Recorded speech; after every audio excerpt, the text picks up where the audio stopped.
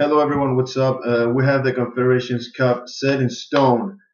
Brazil against Spain, and just like I predicted, but I am not gonna come here and say that I was 100% right because I wasn't. I said it was gonna be an easy win for Spain. It ended up being a tie, 0-0. Spain won in penalties, 7-6.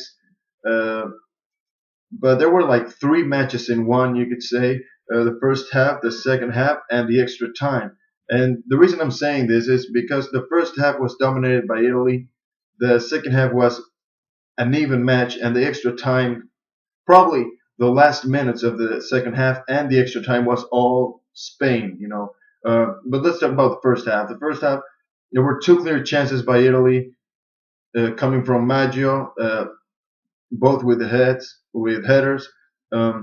The first one, a long ball from De Rossi, Maggio running behind Alba, and with a header that Casillas barely saved. The second one from across from the left side, that again Maggio from behind Alba, all alone, struck with the header, and Casillas with great positioning, great sense of where to be at the right time. He got the ball out. He was the best player in Spain in the first half, and I love the way Maggio played. Very very offensive, and in defensive side he never let Alba pass. Great performance by Maggio, who played this match because Abate was injured. He got injured during the match against Brazil. De Rossi had a great match also. Pirlo was consistently covered by Xavi and vice versa, so he didn't appear too much, even though he did a beautiful backheel pass. Now, the only chance Spain had, uh, uh, even though they had 60 something percent, the only clear chance they had was a fantastic play by Torres. He receives the ball with his back turned on the goal line. He turns, and just as he turns, he cuts outside, leaving the defender behind with his left foot. Striking the ball to the far post, and the ball got wide. It would have been probably, arguably, the goal of the tournament, but it was not meant to be. Now in the second half, we had an even matchup. Spain gained momentum. They tried to overcome the pressure from Italy. So they had more attack, especially with Jesus Navas and Juan Mata getting inside the getting into the pitch. Now there weren't so many chances in the second half. It was quite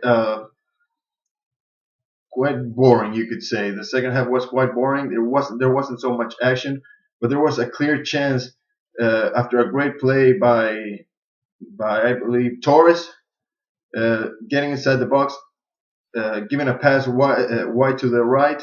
Navas getting the ball, a pass, a low cross right to the penalty area, and Piqué out of nowhere coming alone hits the ball and it goes the over the post. It would have been a great goal. Torres had a very good match. He was in the attacking side of Spain. He was the best player up until maybe Jesus Navas, but he was the best player. We didn't saw too much of Iniesta, uh, but he started to pick up by the end of the second half, and that's where the third part or the third match I was talking about started. Spain having total dominance over Italy, and I guess you could argue that it was because Italy was spent. They ran a lot during the 90 minutes, so it's understandable. Um, in the extra time, Giaccherini hit the post, and right at the start of the first extra time, that would have been, in my opinion, the end of the match. Uh, if anyone who would have scored, it would have been the end. They would have get there would have been so much desperation and not so many uh, clear uh, creation of the game, uh, creation of opportunities to score. Now, another dangerous attack from Spain was a long range shot by Xavi, which was actually easy in theory because it wasn't so difficult to save. But for some reason, Buffon couldn't contain it well, and he touched the ball, and the ball hit the post. It almost went in. The rebound got to Javi Garcia, who strangely enough went in for Torres. So Spain was practically playing without a striker. Javi Garcia was playing as the striker, but he's not a striker, not even close to it. But after that rebound, he almost scored the goal. Well, that would have made Vicente del Bosque even more genius than he already is. But that wasn't meant to be. Um, Iniesta also picked up his game in the extra time. He did a great play inside the box on the left side. He turned Alba getting inside. Iniesta with a lob pass straight right into Alba's foot. He struck the ball. It went a little bit over the post. It would have been a fantastic goal again.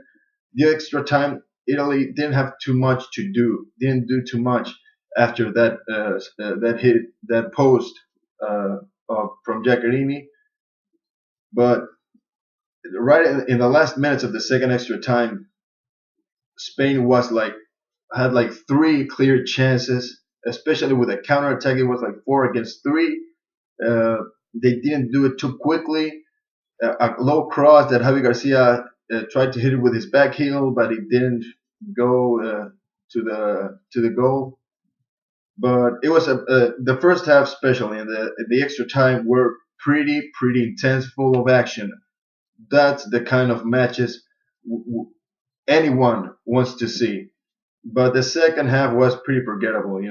If you missed it, you didn't miss a lot. But a great match overall. Uh, if Italy would have gone to the final, they deserve to go to the final. Both teams deserve to go to the final.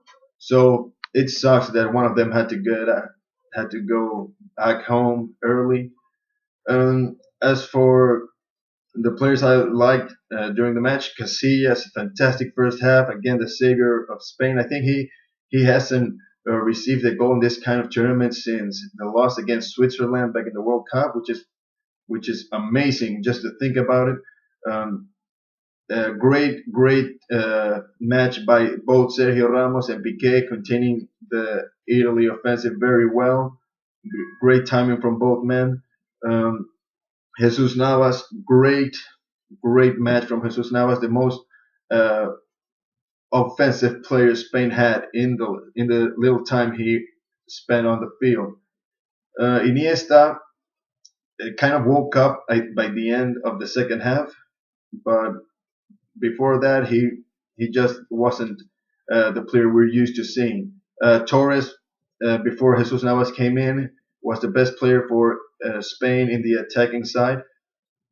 Um, as for Italy, I loved how Maggio played. For me, the best player in Italy. Great offensively, great defensively. Alba didn't have a chance, probably until the